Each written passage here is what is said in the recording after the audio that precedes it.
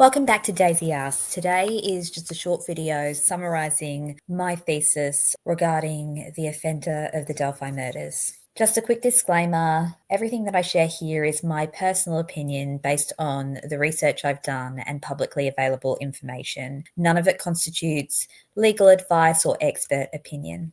Whilst I am a registered clinical psychologist, nothing constitutes diagnosis, expert opinion, or treatment. The crime scene at Delphi contains multiple indicators of deliberate, symbolic, and expressive staging, including limb posing, stick bracing, clothing manipulation, and spatial arrangement reminiscent of archetypal symbolic imagery, such as tarot figures. These elements are not accidental, nor are they compatible with a disorganized or opportunistic homicide. Instead, they represent the behavioral signature of an organized sadistic offender, acting out a fantasy and constructing meaning through the bodies. Such behaviour is never associated with men like Richard Allen, a middle-aged, non-paraphilic, non-escalating individual with no symbolic, ritualistic, or sadistic history. Understanding this distinction is critical because the crime scene speaks for the offender, and at Delphi, it does not describe Richard Allen. Before I continue, I want to remind you that the ideas and opinions discussed here are based on evidence-based research, based on a review of documented historical crimes, as well as forensic psychology, biomechanics, and other science-based literature. While certain elements still extend into speculation, they are based on a firm foundation of scientific rigor. So, what is staging? The forensic definition of staging refers to deliberate manipulation of a crime scene. Now, classic staging is an attempt to misdirect the investigation. However, staging in a symbolic sense, sometimes also referred to as a tableau or a signature or expressive manipulation of the bodies, is a deliberate act aimed to express psychological meaning, fulfill fantasy, assert dominance, degrade the victim, replay internal imagery, and create visual or symbolic composition. Staging is not panic cleanup, random acts, accidental movement, attempts to conceal, or coincidence. And Delphi contains multiple forms of expressive staging. We see limb placement that is inconsistent with collapse, branch bracing to maintain those positions, clothing rearrangement, proximity and symmetry between the girls, and a visual scene construction. Now, this places the killer firmly in the category of organised sadistic offender, not an unplanned or impulsive killer. The stick placement is highly consistent with positioning of the body. The sticks are placed at exactly the right positions and angles to keep the bodies in the position that they're found in. Branches don't fall in symmetrical ways, and concealment doesn't involve just 3% of the body being covered. Nor does it involve placement of sticks and branches in exactly the right position to brace the body in the desired posture. Someone did that on purpose, and that purpose was to maintain a visual arrangement. Bracing of bodies is associated with offenders who manipulate bodies as objects, enjoy creating scenes, value control and domination, seek symbolic meaning, return to fantasy imagery, and take time and deliberate actions in post-mortem arrangement. This is a signature behaviour. It's not staging for deception, it's not concealment. And signature behaviour is always rooted in long-standing fantasy structures, something Richard Allen has none of. Now, many will say, we just don't know Richard Allen. How can we be sure? Well, when researching other sadistic offenders, I challenge you to find me one offender that doesn't have some history of deviance, escalation, or at the very least, leakage after the crime.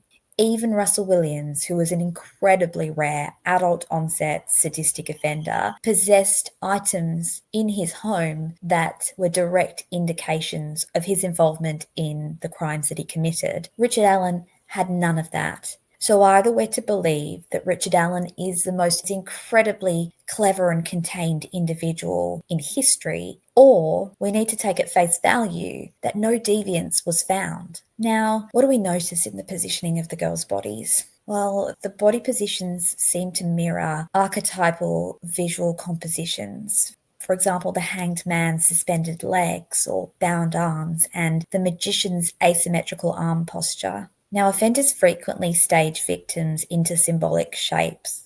This is well documented in expressive homicides, for example, BTK. They almost always incorporate symmetry, extended limbs, crossing of arms and legs, vertical objects laid across the body, ritualistic imagery that means something to them, display-like finishing touches. Now, this doesn't mean that the offender necessarily followed particular mythical or religious practices, but humans unconsciously borrow from mythic, religious, and archetypal visual languages when constructing meaning. An expressive sadist often arranges bodies into a configuration that feels iconic to them. The symbolism may have no meaning to us, but it has a meaning to the offender. Now, once again, I want to return to why symbolic staging means organised sadistic offender and why that is not Richard Allen. Organised sadistic offenders begin deviance early. It escalates across years. They produce fantasy-driven crimes. They stage bodies in symbolic or expressive ways. They redress victims, remove clothing, reapply it, position limbs intentionally, use binding objects or other ways to maintain limbs in unnatural positions post-mortem. They leave scenes resembling internal imagery and they take time to compose a scene. There is always some level of leakage in these offenders, whether it be earlier crimes, deviance, antisocial behaviour, or even a predilection for dominance, control, and humiliation of others. But Richard Allen, he has none of that. No escalation history, no sexual deviance, no paraphilia, no fantasy leakage, no forensic sophistication. We have to remember this man placed himself at the scene.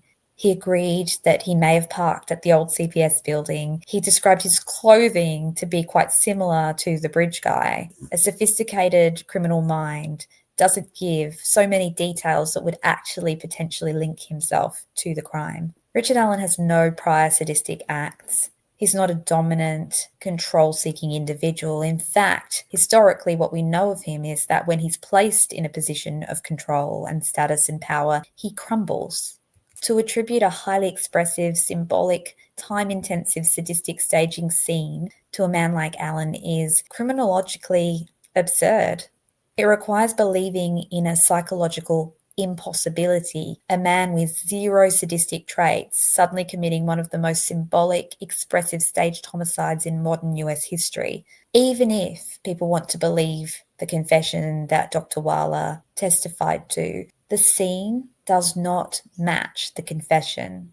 And realistically, middle-aged men don't snap and commit an impulsive homicide like this, let alone an organised sadistic homicide.